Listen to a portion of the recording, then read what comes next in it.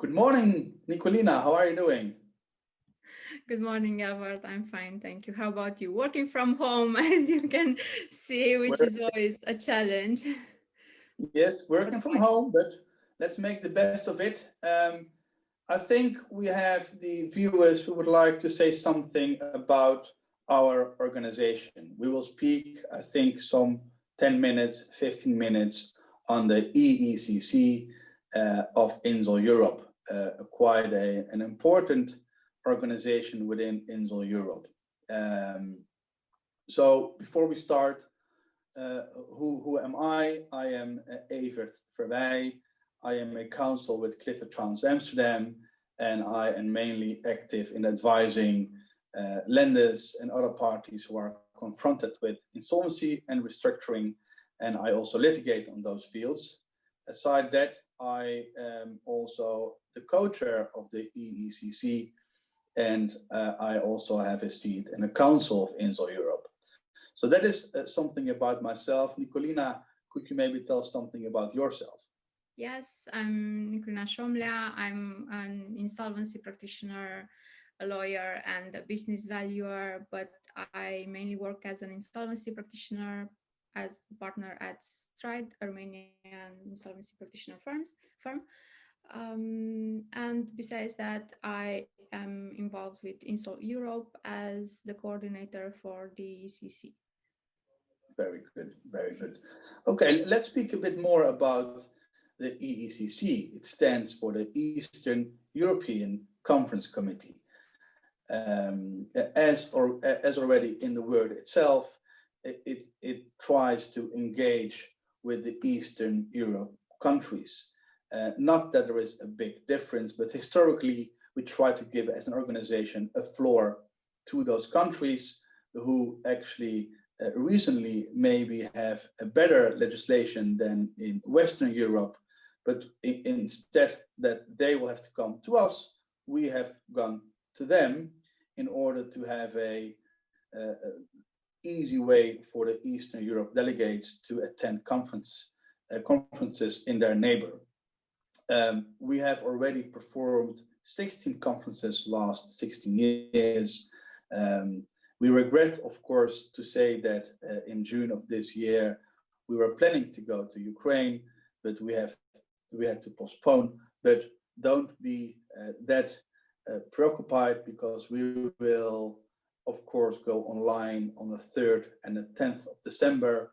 We will provide the delegates of INSOL Europe, and especially the EECC, 2 sessions which touch upon really interesting topics. We will come back to that a bit later. So maybe to you, Nicolina, what could you tell us more about the EECC? How we try to get contact with the local countries in the Eastern Europe countries? Our main goal is to establish contact with the local association and with the local professionals, and to create a sort of a free flow of information that can help us in our profession. And in that purpose, we have appointed country coordinators that represent INSOL in each country, and help us connect with the local associations, with the different local associations, and they help us have a local footprint and better know the needs of insolvency practitioner, for example, in Romania or in Croatia, in each European country.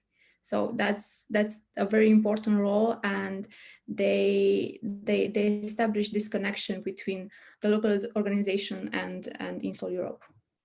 Yeah. And they help us in many studies and research projects that we undergo. Yeah, yes, and getting into that, I think that as an example and as a proof that it works quite well, I think we need to touch upon our relation with the European Bank for Restructuring and Development, the EBRD. The EBRD and we have, and our EECC did found each other in a very good manner For example, the EBRD is working on a comparative study amongst various countries in the Eastern Europe region and asked us to help them with that. And what we did is that we sent through all our country coordinators, we sent over a questionnaire in order to develop the study, in order that the EBRD is capable in performing the study. So that is a real example that even when we are not able to see each other in real life, through the network that we have, we can reach a lot of lawyers and knowledge, because it all is about mental knowledge and exchanging that within and between the different countries, and eventually also help the EBRD with their study, because their aim is to make it a better world for everybody. So that is a questionnaire. But aside the questionnaire, there are two other things that we are working together with the EBRD. Could you maybe tell us something about that, Nicolina? Yes. As you know, the insolvency practitioner profession is not uniformly defined in each European country. In some country that the profession doesn't exist. It's mainly lawyers or accountants that act as IPs, and we feel, well, for example, I'm coming from Romania. Here we have a different and a distinct insolvency organization, and we feel that we are more protected having this. And the EBRD has a recent study on the IIH principles, and together with the country coordinators, we have responded to their request for help. We've analyzed their proposal, and we also disseminated to the local associations, and we're waiting for their answers. So after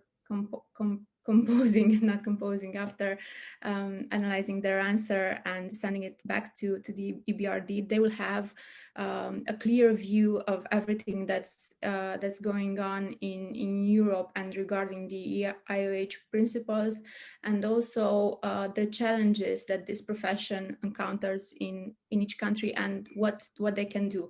Of course, their document will not be a law and will not have a force in these countries, but it's a first step to get there.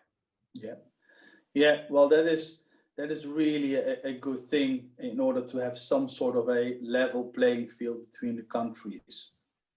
So this on the EBRD. Other plans with the EBRD, I think that we can now make a little bridge, if you would like, to the conference, because we will have a virtual conference on the 3rd and the 10th of December. You can find a brochure online. And how we will start with the conference is by actually having a keynote speaker, and that's Catherine Bridge-Zoller of the EBRD. So she will be able to give a bit more flavor on the EBRD and the cooperation with INSOL Europe, and especially the EECC. Before we go a bit more in depth to the program, I think that we have to stop a moment and first of all thank our sponsors. First of all, our main sponsor still is and will remain, and we are really happy and grateful that BDO Restructuring is still on board also in these times. It is important. We can't go through without the sponsors, and luckily BDO Restructuring is still with us. Together with BDO Restructuring, we have two other session sponsors of the conference, being Iliash and Partners and Chitter from Romania. Also for those two firms, we are really grateful and happy that they show their commitment into our organization. Aside that, of course, if other organizations and viewers would like to sponsor certain slots of the program or would like to engage with us, please reach out to myself or to you, Nicolina, and then we can discuss and propose a good sponsor arrangement. On the program itself, so it will be opened, of course, by the keynote speaker being Catherine Bridge-Zoller. We will have on the 3rd December two sessions of around 40 minutes. Could you maybe say something on those sessions, Nicolina? What we will discuss? Why should a viewer engage, get online, and participate to the sessions? Yes. I'm really excited about the first session. It's financing companies in difficulty during coronavirus times, and it's moderated by Dmitry Konstantinov from Ilyashev and Partners, Russia. Our initial idea here was to talk about the different kinds of financing that goes around this year. To start with the state financing, with the state aid measures. Supporting businesses, both small and medium, and we will finish with investor financing, because there is an important niche for distressed asset business investment that thrives in these times and that can offer businesses some relief. Yeah, really interesting, and I think if we go in that flow to the second session, we will need also some case studies. The speakers will handle certain case studies on what they have seen last 6 to 8 months since the COVID outbreak came in Europe. And why should you dial in? Why should you participate? I think that in these times, each week is different. Each month, something happens which may affect our day-to-day profession. We now heard, hopefully, that a vaccine will come.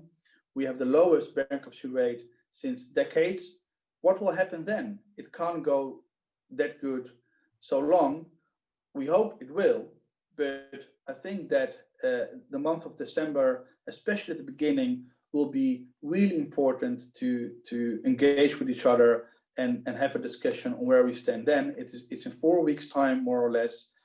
What will happen in the next 4 weeks, and that will give also enough flavor to everybody to look ahead and what will 2021 be like, because 2020 we can say it has been quite a strange year. So that's on the 3rd of December. What about the week thereafter, on Thursday, 10 December? We will have there again 2 sessions, 40 minutes during lunchtime, so everybody can easily dial in. And the first session will be after the opening by the president of INSOL Europe. We will discuss shortly the European directive. That is what we will have to discuss, because the past is liquidation. The past is the formal outdated bankruptcy laws, and maybe more than in UK countries and France and Spain. There are some of the European countries which will have to turn around their local legislation in order to have a focus on recovery rather than liquidation. That will be the first session, headed by Roman Knut Seger of BDR Restructuring. And then the last slot of the day, Nicolina, could you tell something about that session? Yes, I'm going to just jump. I know that in the first session we have case studies moderated by Irina Mishka from CITR Cyprus, and we're presenting actually a sort of a story. You have restructuring, you have the directive, and then you have maximizing the outcome of the insolvency public sales, because not every insolvency case will be successful. And one of the main objectives of the insolvency practitioners, even if it's not successful, is to maximize the value of the assets. Because we are facing a huge wave of insolvency, we need to be prepared. So this panel will be moderated by Andreas Weinberg from NetBeat Austria, and we highly encourage you to participate. Any information before this huge wave can give you, as insolvency practitioner or as a restructuring professional, can give you an edge in your profession. Yes, I think that's very well said, and let's hope to have a fruitful discussion on the 3rd and the 10th of December, and we hope, of course, to see each other real life really soon, Nicolina, from the bottom of my heart, because that is the best thing that we can endeavor for the future. Okay, see you soon. Bye-bye.